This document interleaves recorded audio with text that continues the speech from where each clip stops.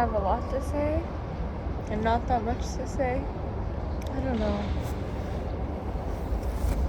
I've cried plenty of times this week already. I'm sad, but it's also so much happiness and so much gratitude. I just have a lot of love for the last 4 months and everything that I got to do, see, be, this city. Coming here, there were times that I was nervous. I don't think I would ever say I was scared, but I was nervous, and I am a pessimist, so I was nervous that maybe things wouldn't live up to my expectations, or I'd realize that there's a lot more trouble, or I'd come here and realize that this thing that I'd been dreaming of, living abroad in a city like Seoul, in a city like Tokyo, whatever, would not be what I really wanted. And I suppose if that was the case, then that's the case. Nothing to be done about it. It's better to find out about it, and then you discover new things about yourself in life. So it wouldn't be bad, but I was scared that somehow I would be let down over this thing that I think for my whole life I've essentially always wanted to live abroad.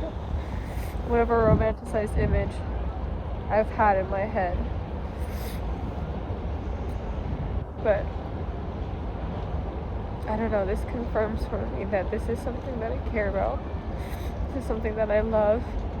And luckily I have the privilege to possibly be able to achieve. And so I can't give up on it because I know how much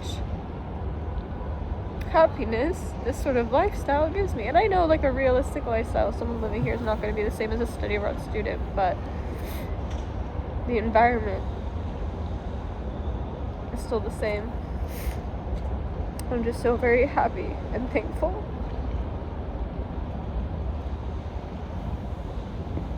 To have been able to live in this beautiful city. And I know this won't be the last time I'm here. Obviously, I will be back in Seoul, and hopefully I will have a life. I don't know how long, I don't know when, but hopefully there will be a time in my life that I live in Japan, and in that case, Seoul is so close. Korea is so close. I know it's not the last time. It's not about physically leaving. Because I know I'll see it again.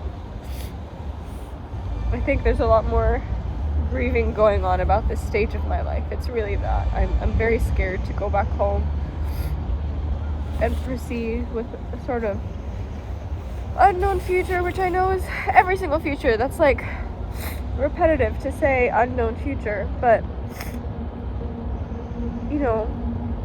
when I was looking forward to these 4 months, it was unknown exactly what would happen, how I would feel, but at the end of the day, I knew it was going to end in 4 months. I knew a rough idea of what I was going to do, what I was probably going to feel.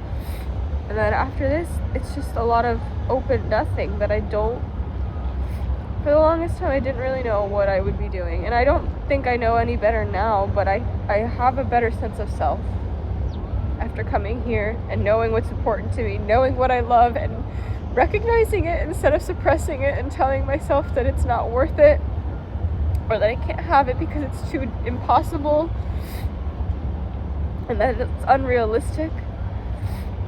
It's fair to be realist. It's fair to tell myself it's going to be hard.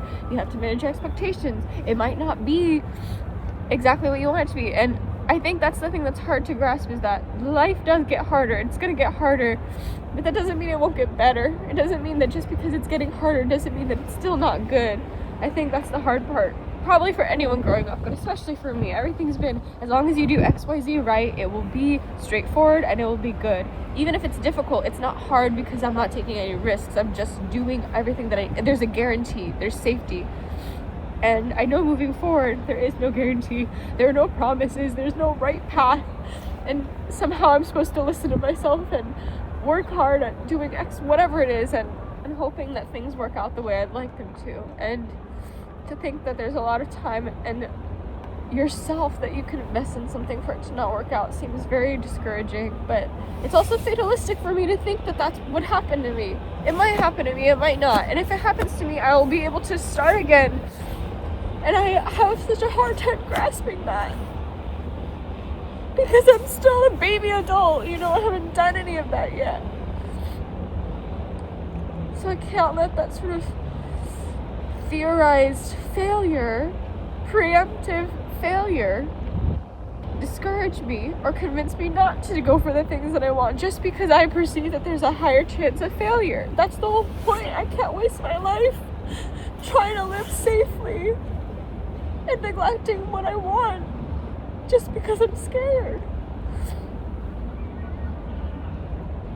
So I don't know. I've talked a lot, and at the same time, I haven't said enough about all the things that I'm feeling.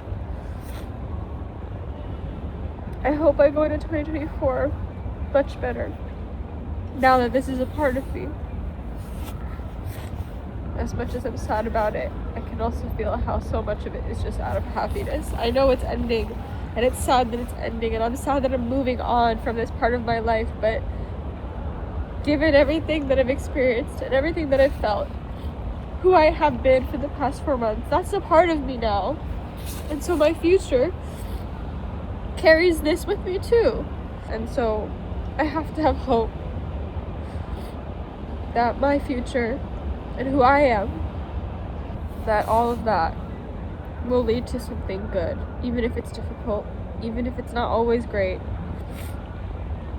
At least I know it's in line with what I want, with who I want to be, with how I want to live. And I think that's the biggest thing that's been holding me back always. Always finding ways to invalidate what I want, telling myself it's not realistic, that it's too hard, and not believing that I could have what I want and be what I want. But now I know I can. It might not be easy, but I can. And I will. I will! So thank you, Seoul. Pigeons are literally starting to crowd me. There's only 2 of them, but that's still plural. Do you see them?